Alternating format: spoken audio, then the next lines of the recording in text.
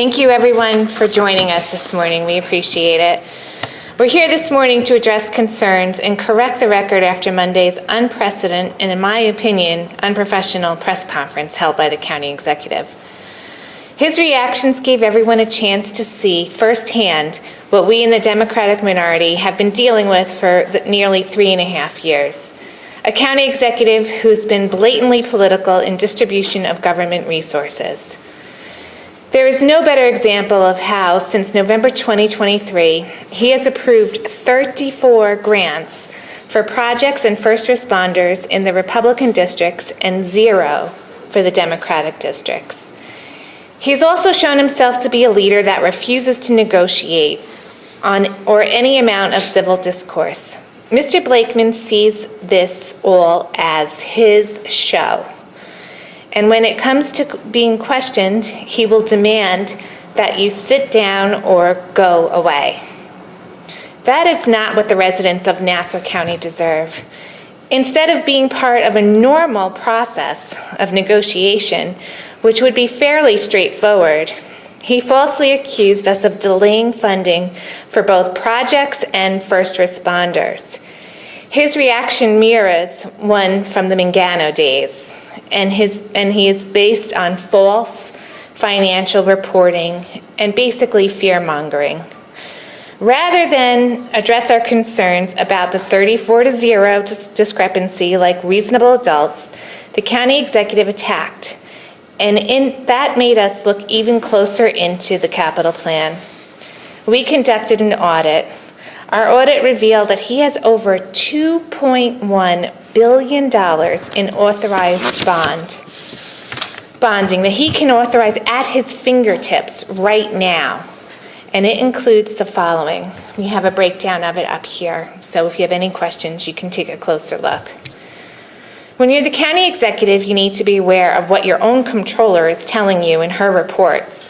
And that is where most of our audit stems from. It also means working with both sides of the aisle to find common ground. Mr. Blakeman loves a parade and all sorts of attention-grabbing stunts, but that causes him to ignore and perhaps mundane but crucial parts of his job. To summarize, we as a caucus are willing and ready to meet and negotiate, but we are not going to sit down and be quiet. Our fire departments and our first responders are ignored, so we will not be quiet. And honestly, they don't appreciate being called pet projects. Mr. Blakeman's public service is not a show. It's a serious job. Let's act like adults. Either sign our agreement or present us with an alternative that we can review. And in the interim, move forward with our first responders projects as well as the other projects that we have listed here. There's plenty of bonding available today. And just for the record, we remain eager to meet at any time and negotiate and reach an agreement that serves all of Nassau County residents. It's now my pleasure to introduce Legislator Seth Kozlow, who's also ranking member of Public Safety. Thank you, David. Good morning, everybody. The scriptwriters for the Bruce Blakeman Show would have you believe that the Democratic caucus wants to defund the police and not support our first responders. The scriptwriters would have you believe that we're the villains in this story. The scriptwriters for the Bruce Blakeman Show would have you believe that Bruce Blakeman can't get funding for first responders unless we vote for it. Well, I'm here today to tell you, Mr. Blakeman, the show's over. We conducted our own audit, and we found over $2 billion worth of funding that was already negotiated, already approved by the entire legislature, including the minority caucus, to authorize spending for first responders, for county projects, for infrastructure and sewer repair. And yet, Bruce Blakeman wants people to believe that we are the problem and we're the reason nothing's happening in Nassau County. We have already approved, and the money is already available for ambulance equipment, $2 million. Bulletproof vests for police officers, $3.2 million. That money is already available, and it's not being spent. Body cameras, $1.5 million. Precinct renovations, $31.1 million. Tasers, $1.3 million. The list goes on. This money is already available. This money was already negotiated. This money was already approved. And yet Bruce Blakeman refuses to spend this money, and all he wants to do is borrow more because that script makes us the villains. That script, he can control the narrative. But the reality is, it's right here. Spend the money for our county that we already negotiated. How many times do we have to negotiate for the same projects? I've said it once, and I'll say it again. Bruce, where have you been for the last 3 years? Do your job, represent this county fully, and fund our first responders. Thank you.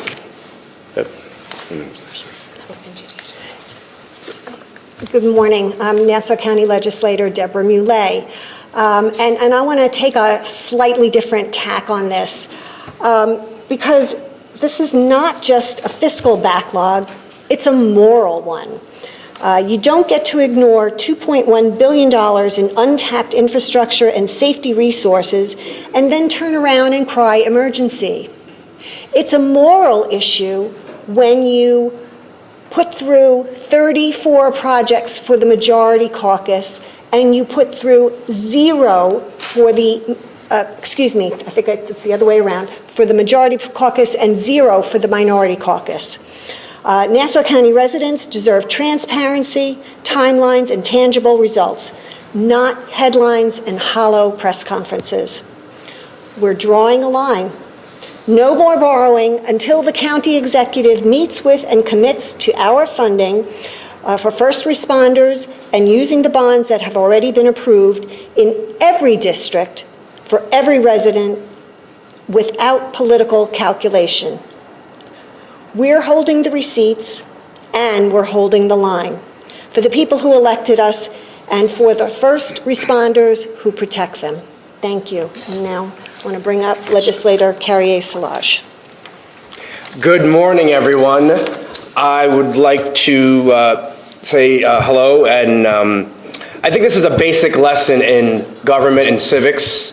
The role of the legislature, all 19 legislators here in Nassau County, is to appropriate tax money for county purposes. That is our role, and it is the role of the county executive to enforce and to execute.